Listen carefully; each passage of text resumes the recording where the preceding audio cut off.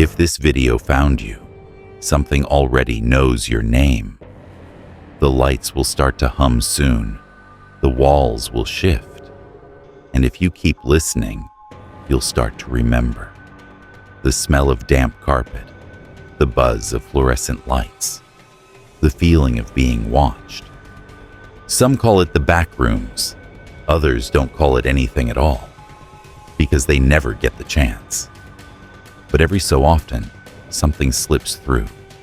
Sometimes it's just a trace, a footprint where none should be, a strange interference on the radio. Other times, it's a person, a survivor.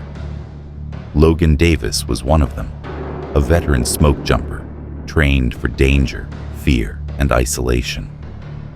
He was sent to check on an abandoned mine tunnel, classified as inactive and supposedly safe.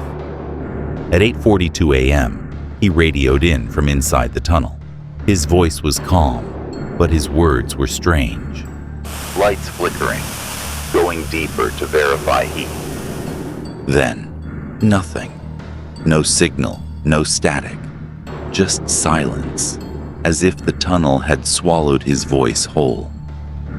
12 hours later, a search team found him 70 feet underground, curled into a narrow shaft that wasn't on any map. He was barely conscious, covered in dirt, his fingernails shredded from clawing at the walls. He didn't recognize the rescuers, and no one could explain how he ended up where they found him. He never talked about what happened, but his helmet cam never stopped recording. And what it captured was not a mine. The footage starts out exactly as you'd expect. Logan moves steadily through the collapsed mine tunnel, his helmet light sweeping across dust-coated beams and thick cobwebs that hang like curtains. He checks the structure methodically, pausing to inspect the rock face, before calmly radioing back. Everything seems routine, until he reaches a narrow side passage. That's when something shifts. The rocky walls are gone. In their place stands a bland yellow corridor, the wallpaper faded, stained, and peeling in long strips. The floor is covered in old industrial carpet, gray and grimy like it's never been cleaned. Above him, fluorescent lights stretch endlessly overhead, flickering softly as they hum in a cold, unnatural rhythm.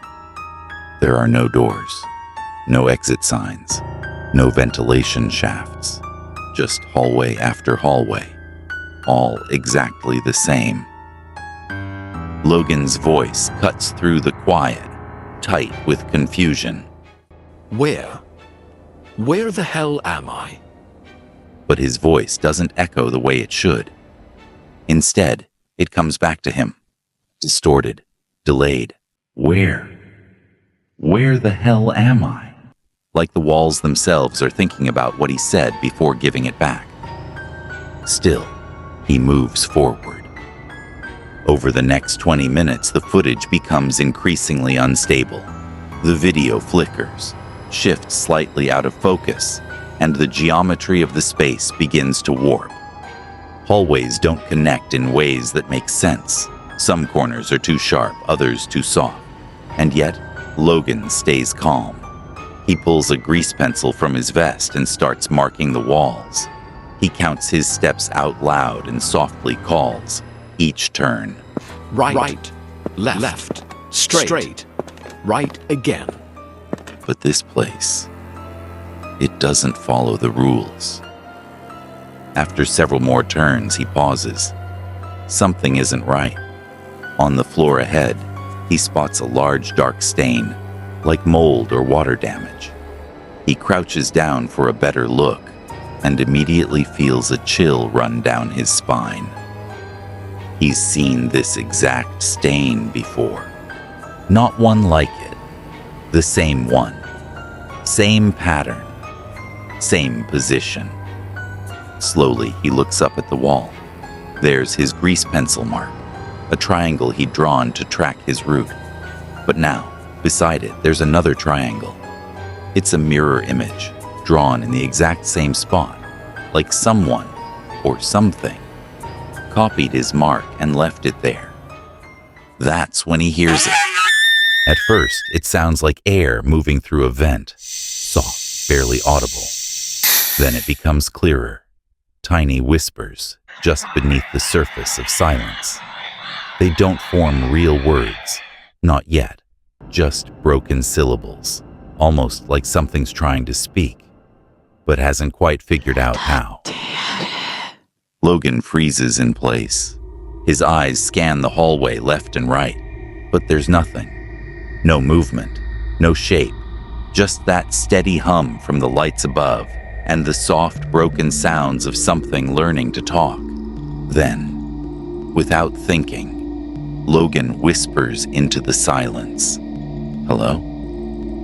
The moment the word leaves his mouth, the whispers vanish, and a heavy, unnatural silence drops around him. Even the fluorescent hum above him seems to cut out for a beat, leaving a vacuum of sound. Then, almost as if in response, a faint giggle echoes down the corridor.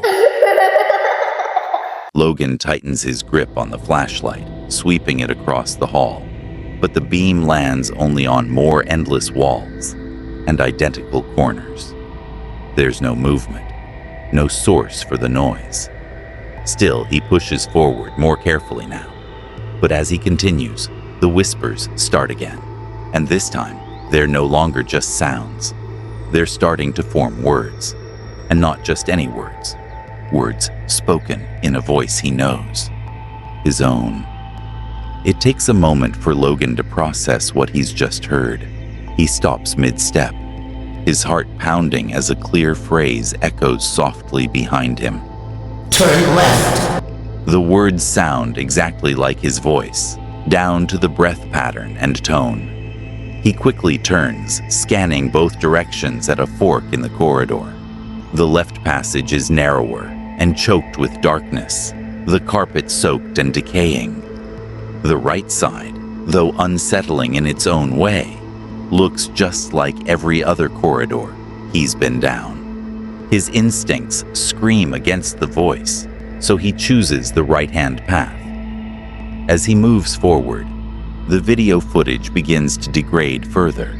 The camera flickers with brief pulses, as if struggling to keep up with the environment. The frame jerks occasionally, not from his movements, but as if the hallway itself is shifting just slightly out of sync with reality. He tries to stay focused on the path ahead, but when he glances back down the hallway he just came from, his breath catches. There, at the far end, barely visible in the dim yellow light, stands a figure. It isn't moving. It isn't approaching. It's simply standing there, watching. Without hesitating, Logan swings the flashlight, but the figure is gone. He can feel it now. He's not alone anymore. Logan tries to stay composed, but his movements are quicker now, more deliberate. He marks another arrow on the wall, the grease pencil trembling slightly in his hand, but the marking don't seem to help. He rounds a corner and sees something that makes him stop his tracks. Painted on the wall in thick, cracked strokes of dark red is an arrow pointing to the left. Beneath it, scrawled in jagged, uneven letters, is a message. This way out. The handwriting looks rushed, almost panicked, and the stain beneath it is even darker, roughly the size of a handprint, dried and peeling like old blood. Logan's breath catches in his throat. He's sure this wasn't here before. Despite the cold unease building in his chest, he follows the arrow. He tells himself it might lead to a way out, or at least something different. But 5 minutes later, he encounters another arrow. Same color, same style, same message. This time, it's painted upside down, scrawled across the ceiling. And that's when the realization settles in. These signs aren't pointing toward an exit. They're leading him deeper in. Someone, or something, is drawing him forward, using his own instincts against him.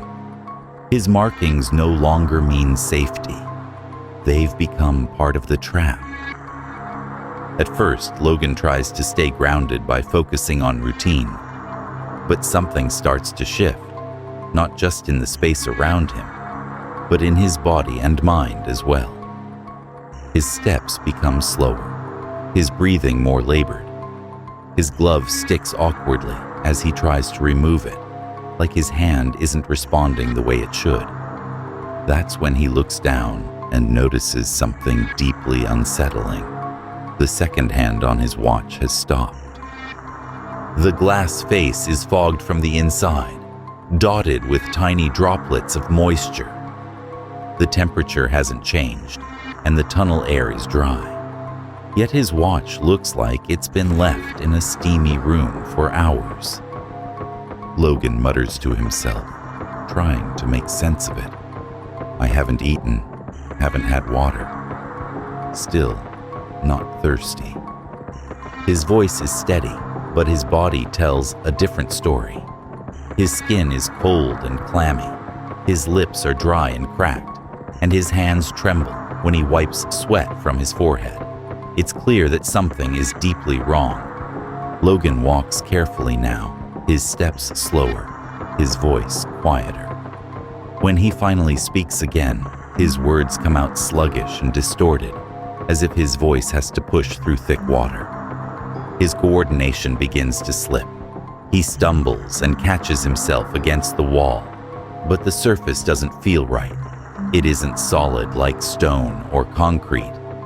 It gives under his palm, soft and warm, like skin. He pulls back instantly, a chill crawling up his spine.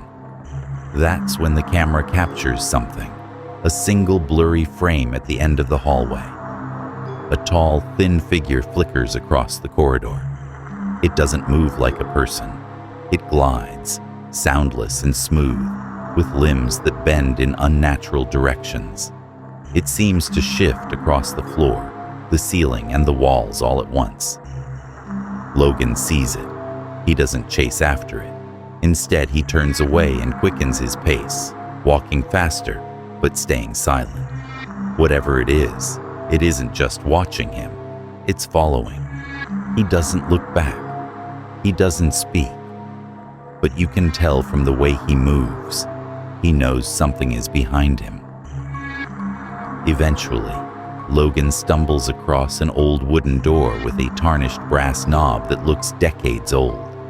He pauses for only a moment before gripping the handle and pushing it open. But what's on the other side isn't an exit. It isn't even different. It's the exact same room he just left. Same yellowed wallpaper, curling and stained. Same grimy carpet, patterned with dark, shifting blotches. Same endless hum of fluorescent lights hanging above. Confused but determined, Logan tries again. He opens another door, then another. Each time, it leads into a perfect replica of the room before. No change, no exit. It's like reality has caught itself in a loop, and he's stuck spinning in it. His pace begins to quicken. He's no longer moving carefully. He's moving urgently, almost frantically, wrenching doors open one after the next, hoping, praying for something different on the other side. But all he finds is more of the same, over and over again. The same room, repeating endlessly, mocking his efforts to escape. Then, something changes. The ever-present hum above him, the sound that's followed him since the beginning, suddenly wavers. It drops in pitch, elongating into a low mechanical groan that vibrates through the walls and makes the air feel thick, almost pressurized. Logan stops in his tracks. He doesn't move, he just listens. And then, without warning, the hum cuts out completely. The silence that follows is suffocating, too quiet, too heavy, as if the building itself is holding its breath. And then, a sound. It's faint at first, wet, sharp, and wrong. Whatever made it, it came from just behind him. And that's when Logan screams. The footage begins to unravel. It becomes unstable, chaotic, flashing rapidly between distorted, warped images. The camera jerks violently, suggesting he's running now, or crawling, maybe both. He's moving through a tunnel, just barely wide enough to squeeze through, forced down onto his hands and knees. The walls around him quiver when he touches them, trembling like flesh reacting to pain. Each movement seems harder than the last, as if the tunnel itself is resisting him. Then, the camera catches a glimpse. His fingernails are torn and blackened, shredded from clawing at something. He's clearly exhausted, physically breaking down, and then he collapses. The footage jolts, then suddenly goes quiet. All sound cuts out. For a single fleeting second, the camera catches Logan's reflection in a shard of glass, or maybe a slick surface along the wall. His face is pale, streaked with sweat and blood, his eyes wide with terror. His mouth is moving, but we hear nothing. Later, forensic teams went frame by frame, analyzing that moment. When they enhanced the footage and examined his lips, they discovered he was trying to say just one thing: don't listen to it. When rescuers finally located Logan Davis, he was wedged deep inside a narrow shaft nearly 70 feet below the original tunnel. He was curled against the wall in a fetal position, eyes wide open, lips cracked and bleeding. His fingernails were shredded down, packed with yellow carpet fibers, desperately clawing at something only he could see. Medics rushed him to the nearest trauma facility.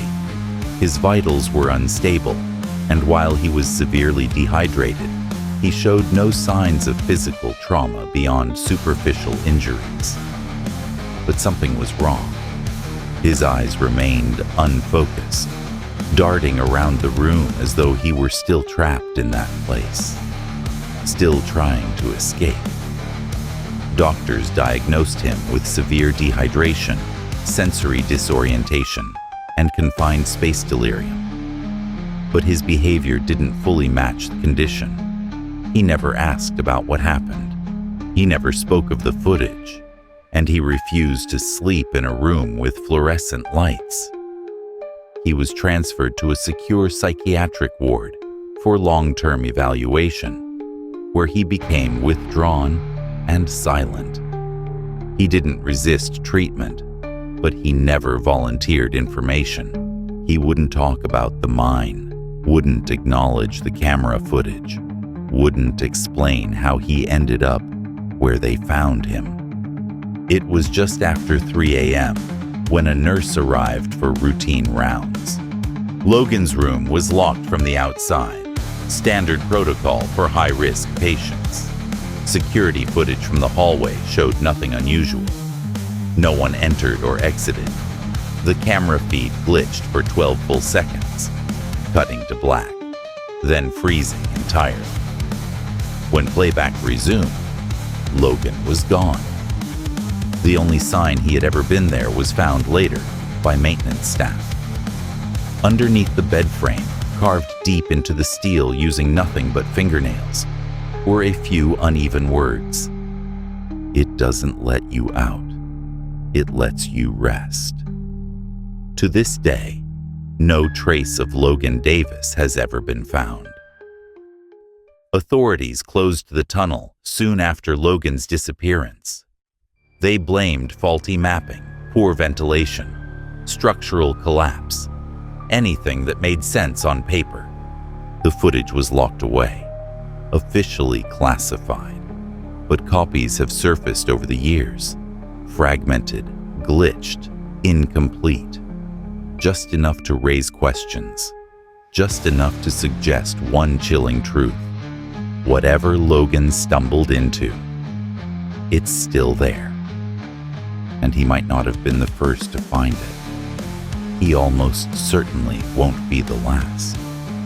If you're still listening, stay close.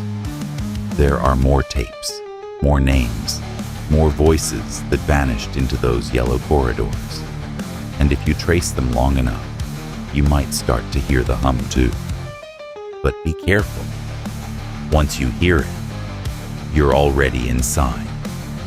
This was episode 2 of Backroom Archive. If you want to know what comes next, subscribe. There's more waiting, just past the flickering lights. And remember, don't trust the markings.